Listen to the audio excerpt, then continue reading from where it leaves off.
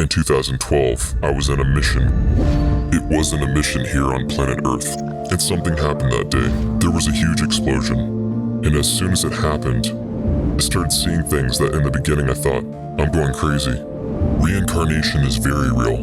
The name is very important when you choose a name for a baby, because the name of a human being, of an entity, can change the destiny of the newborn, even though the soul decided to go on a specific path. So it can affect your destiny. It's going to affect your path in life. Is it possible for the same soul to be in multiple bodies at the same time? Yes.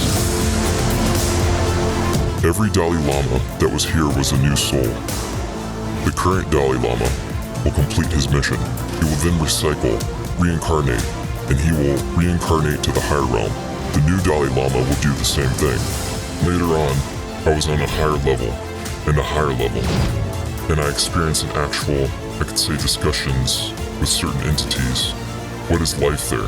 I don't know if to call it life. It's a spiritual world. You could actually have a real full-blown discussion. In the beginning, they use your language. Eventually, it can go to what we call a spiritual language. Again, you don't see human beings. You see lights.